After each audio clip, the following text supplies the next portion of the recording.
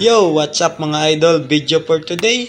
Dito tayo ngayon sa likod ng bahay mga idol para kumuha ng ating lulutuin for lunch. Wow! At ito na nga yung kinuha ko mga idol. Puso ng saging at papaya mga idol. Oh, ang ganda ng view dito. At kumuha na rin ako ng dahon ng tagabang mga idol. Di ko alam kung ano tawag dyan sa inyo. Basta dito sa amin, itagabang mga idol. At syempre, binalatan ko na kaagad yung puso ng saging mga idol. Kunting trivia lang, ang puso ng saging mga idol makukuha ito sa puno ng saging. Wow!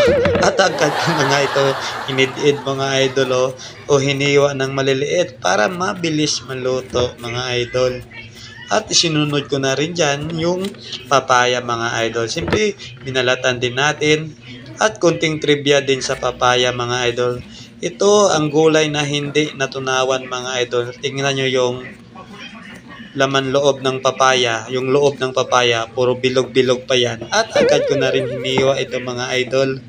At isinunod ko na rin yung i-ready yung panggata mga idol. Siyempre, nagkudkud muna tayo ng niyog muna mga idol para makuha natin ang puti na katas mga idol.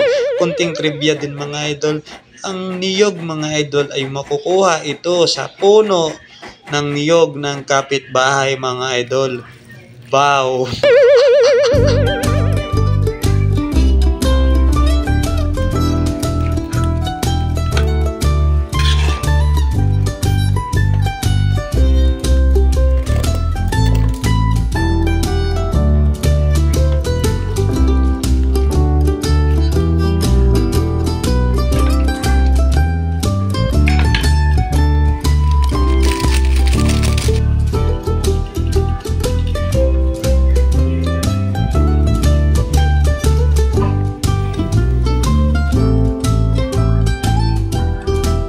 At naluto na nga yung gulay natin mga idol, di ba?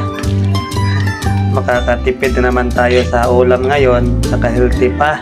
Napakarami niyan mga idol. So, i-share ko muna to sa mga kapitbahay namin at kakain na rin. Thank you mga idol!